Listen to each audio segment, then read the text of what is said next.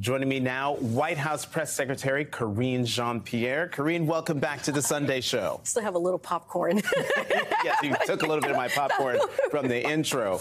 But it also, well, let's talk about this thing that was shot out of the sky over Canada. What can you tell us about it? Is this something Americans should be worried about? So let me just lay out for the American people. So what happened was, out of an abundance of caution, and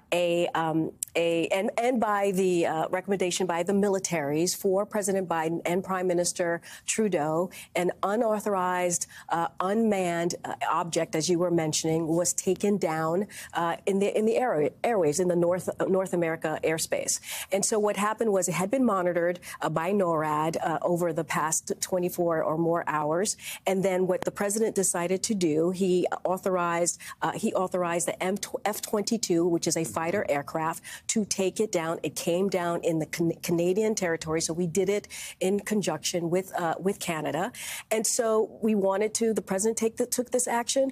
We wanted to make sure that the promise is we're always going to track, we're always going to detect, and we're always going to defend our airspace, and that's what the American people should expect. Curious question, though. Why is the American military shooting something out of the sky over Canada? Because it's part of NORAD. There is the NORAD is part of like it's a what you call a coalition, a consortium, a pact of nations. A pact, exactly. And so that's why we were able to do that. Again, we didn't do it on our own. We did it clearly in step with Canada.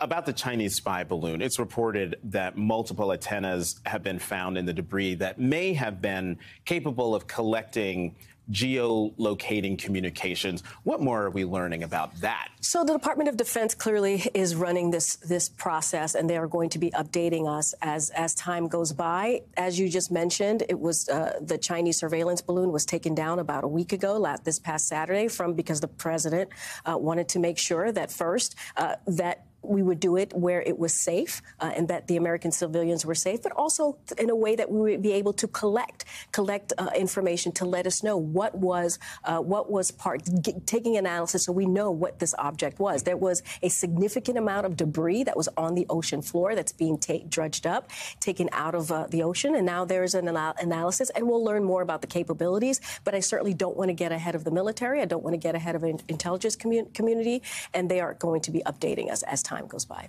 Okay.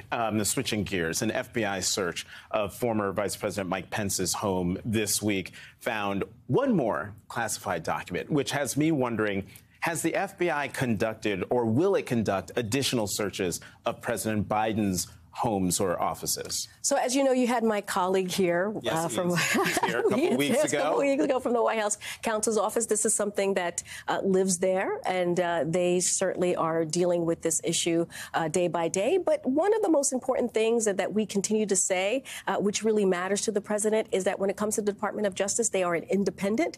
We are very different than the last administration. We want to make sure that their independence is brought back to the Department of Justice. So we just don't comment on any investigation that are currently happening. It doesn't matter if this one or any other investigation. We've been very, very consistent about that. So I'm just going to leave it there, not comment about it, and let the Department of Justice do their job. Okay, fine, but I'm going to still ask this next question. Okay, go ahead. What's the White House's reaction to ABC News' reporting that last month Trump's legal counsel recently found yet another classified document at his Mar-a-Lago residence, and this one may have been duplicated onto an aide's computer? Come on.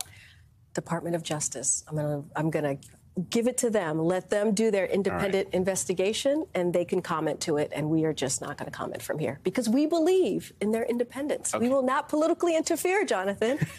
Not even give a reaction, because I'm like, not even give a reaction. Because I'm like, come on, man, they interfere. This is something that the president. They raided your house in August, and they're still finding stuff at your place. This is something the president on has a computer since the campaign. So we're going to be very consistent here. All right, let's talk about the State of the Union. Was the president surprised that Republicans walked into his trap on Social Security? Come on. I will say this. The president certainly put them on the defense, right? He put the Republicans on the defense when it came to Social Security and Medicare. Look, this is something that they've been saying for months, that they want to sunset it, right? They put a plan. Rick Scott put a plan saying every 5 years we want to sunset Medicare and Social Security. They voted to increase the age of Social Security. They've been pretty consistent over the past couple of years and certainly the past couple of months. And the president has said, I'm going to continue to fight for it.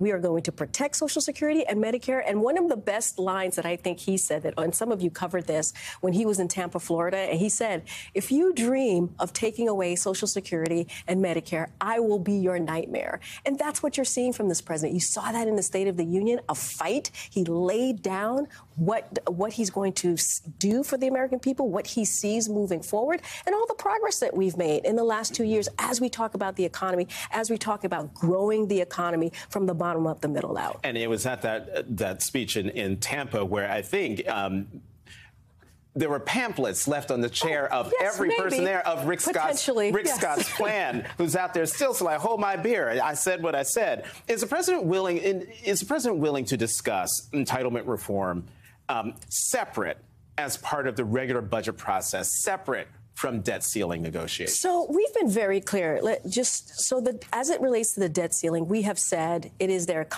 Congress's constitutional duty to lift the debt ceiling. That is something that they've done 78 times since 1960. They did it 3 times under the last guy, the last president. So in a bipartisan way. So they should do that now. We cannot put the full faith and credit of our nation hostage. We cannot hold that hostage. We're talking about veterans. We're talking about seniors. We're talking about what taxpayers are owed or have paid into. Right. And it is their right to get that. So he's going to protect that. Now, on March 9th, we're going to put forward our budget. The president has said, look, he spoke to the speaker. He said, bring forth your budget in a real, transparent way. Lay it down. Be specific on what you want to do. We're going to put ours on March 9th, and we'll talk more about it. We'll see what they have to say. So it sounds like if they do it as part of that budget process, the March 9th document that's coming out, that the president is willing to have that kind of conversation that the Republicans want to have. I'm not going to certainly get ahead of the budget. I'm not going to get ahead of the budget. The president has been very clear. He's going to protect Medicare. He's going to protect Social Security. He even said during his State of the Union that he's going to, over the 10 years, put forth a budget that's going to lower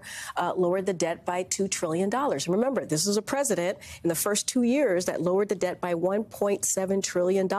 So we are rebuilding the economy while also being fiscally responsible. That's what you're going to see from this president. All right, well, you got less than a minute, but I'm going to get you on two more questions. The president renewed his call for an assault weapons ban with the 5th anniversary of the Marjory Stoneman Douglas mass shooting in Parkland, Florida. How's he going to do that? So let me just say, because the 5th anniversary, we're talking about 14 kids, 3 educators who were murdered, gunned down, and that we can never forget, and we should always remember them. And I know the president and the first lady have their family, are going to be thinking about them, praying for them, and we should never forget the horrific day.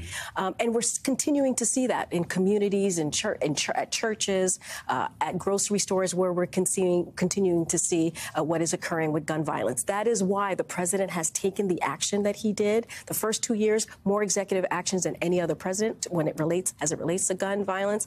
And also, it just past summer, the first time in 30 years that we were able to sign a bipartisan bill. He signed a bipartisan bill that dealt with gun violence in a real way. As it relates to assault weapons ban, the president's going to continue to call for it. He's going to continue to tell Congress we need to act because we have to. That is the next step that we need to take in order to protect communities across the country. And real fast, Kate Bedingfield, the White House communications director, is leaving. Ron Klain, the chief of staff, is leaving. Rumor out there that Marty Walsh, Secretary of Labor, is also leaving. When can we expect that announcement? All I can say is Marty Walsh is still currently the Secretary of Labor. So I'll leave it there. No announcement to make. Okay, State of the Union is over. When are we going to hear the big speech, the Biden-Harris 2024 announcement? So, as you know, I am limited in what I can say. I can't talk about politics. I am covered by the Hatch Act. But what I can say is repeat what the president has said many times, is that he intends to run. I leave it there.